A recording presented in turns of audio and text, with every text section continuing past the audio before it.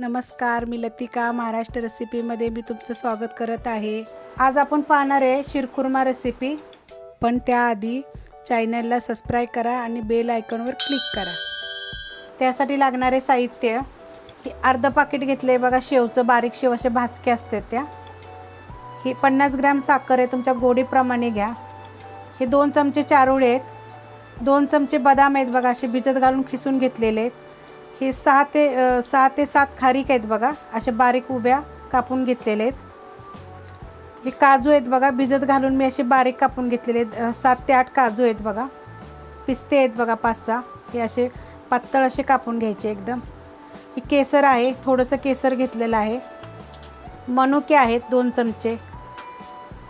हे विलायची पावडर आहे, अर्धा चमचा घेतलेला आहे। देशी तूप आहे आणि हे म्हशीचं दूध बघा 1.5 लिटर मी उकळत ठेवलेलं आहे, म्हणजे आपण हे थोडंसं आटून देऊया। तोपर्यंत आपण दुसऱ्या गॅसवर शेव भाजून घेऊया। हे दूध बघा म्हशीचं ना, ह्याला मलाई भरपूर असते, त्यामुळे मी म्हशीचं दूध घेतलेलं आहे। आणि हे सारखं हलवत राहायचं थोड्या थोड्या वेळानं, म्हणजे खाली लागणार नाही आपलं, आणि आटून द्यायचं। मी बघा पॅन गरम करत ठेवलेलं आहे, त्याच्यामध्ये आपण 1 चमचा तूप टाकूया, चांगलं गरम होऊन देऊया। आपलं तूप चांगलं गरम झालेलं आहे बघा, गॅस मी आता बारीक करते।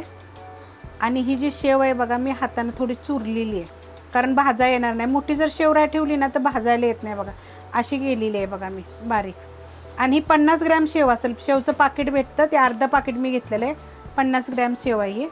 आता आपण ही चांगली लालसर भाजायची हिला, आणि बारीक गॅसवर भाजायची, कारण ती जर फास्ट गॅसवर जर तुम्ही भाजली तर ही जास्त जळेल, त्यामुळे बारीक गॅसवर भाजायचे। हे बघा असं लाल एकदम भाजायचे आणि एकसारखं हलवत राहायचं गॅस बारीक करून। तर आता मी गॅस बंद करते।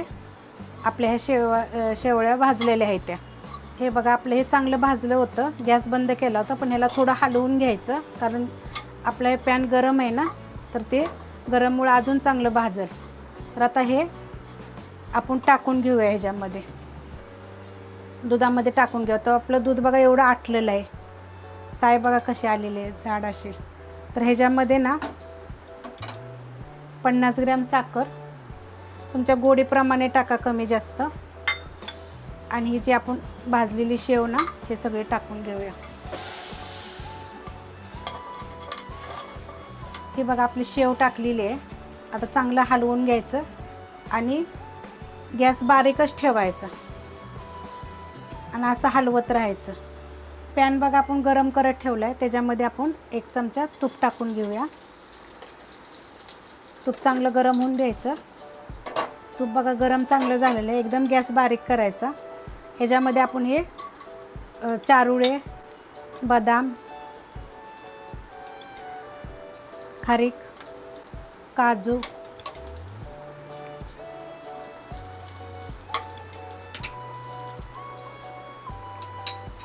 पिस्ता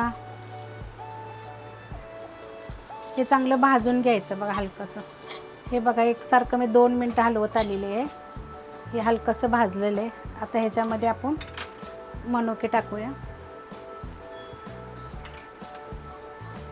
हे बघा आता हे भाजलेलं असं लालसर भाजायचं बघा, जास्त पण लाल भाजायचं नाही, कडू लागल। हलकंसं भाजायचं, पण एकसारखं हलवत राहायचं। आता मी गॅस बंद करते आणि आपली कढई ह्या साईडला ठेवते। हे बघा आपलं आता दूध एवढं आटलेलं आहे आणि घट्ट झालेलं आहे बघा। तुम्हाला अजून किती घट्ट पाहिजे त्याप्रमाणे बघायचं। आता ह्याच्यामध्ये हे थोडंसं केसर आहे बघा, 10 ते 12 काड्या केसरच्या आहेत। आणि फक्त विलायची पावडर आहे, जायफळ नाही आहे, विलायची पावडर आहे फक्त। 3 इलायच्या बारीक करून टाकलेल्या आहेत। चांगलं हलवून घ्यायचं।